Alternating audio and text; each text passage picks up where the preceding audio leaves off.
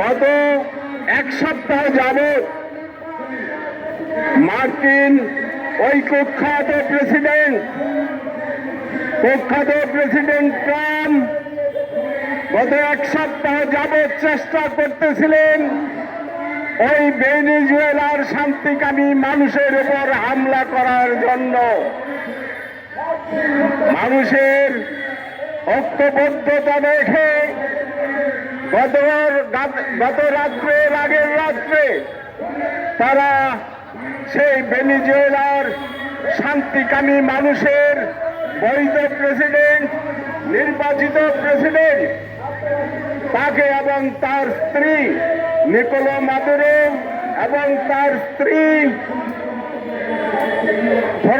সেলিয়া ফরেন্সকে তারা কমান্ডো হামলার মাধ্যমে গ্রেপ্তার করে নিয়ে আসে।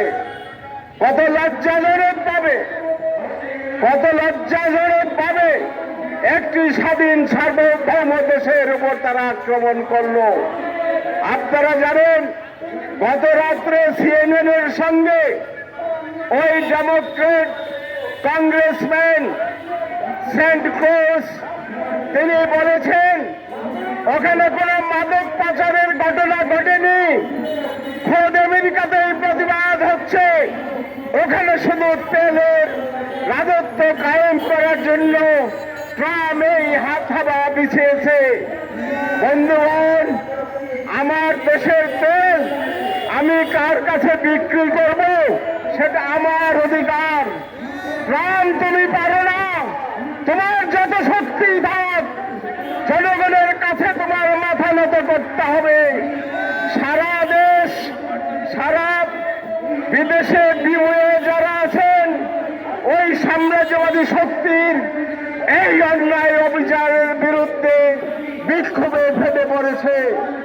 আমরা ভাসানী জনশক্তি পার্টি স্বল্প সময়ের এই বিক্ষোভ সমাবেশ শেষে আজকের এই প্রতিবাদ সভা, আমরা এই প্রতিবাদ সভা থেকে জাতিসংঘের কাছে প্রস্তাব করছি, জাতিসংঘের কাছে প্রতিবাদ জানাচ্ছি অবিলম্বে আপনি ওই মাদুরো, নিকোলাস মাদুরো এবং তার স্ত্রীকে অবিলম্বে তাকে মুক্ত করে দিতে হবে।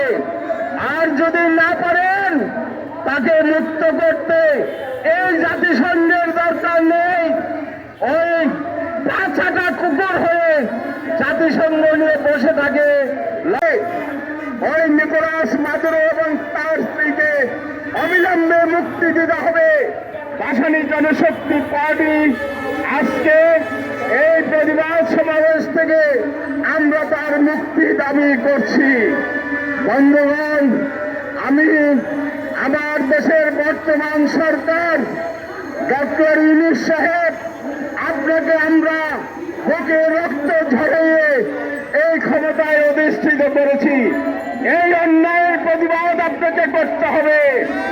আপনি ইউনূস সাহেব এই নিকোলাস মাদুরো তার স্ত্রীকে গ্রেপ্তারের যদি নিন্দা না করেন, যদি এর প্রতিবাদ না করেন, আমরা আপনার বিরুদ্ধে খুব শীঘ্রই আমরা আপনার বিরুদ্ধে আন্দোলন গড়ে তুলব।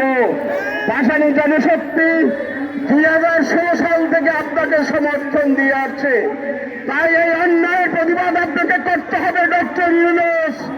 আজকের এই ভাসানী জনশক্তি পার্টির এই সমাবেশ থেকে আমরা বলছি, আপনার এই অন্যায়ের প্রতিবাদ করে নিন্দা জানিয়ে আপনাকে প্রতিবাদ করতে হবে এবং নিকোলাস মাদুরো ও তার স্ত্রীকে মুক্তি দেওয়ার সকল ব্যবস্থা আপনি সরকারের পক্ষ থেকে করবেন, এই দাবি জানিয়ে আমরা আমাদের বক্তব্য শেষ করছি।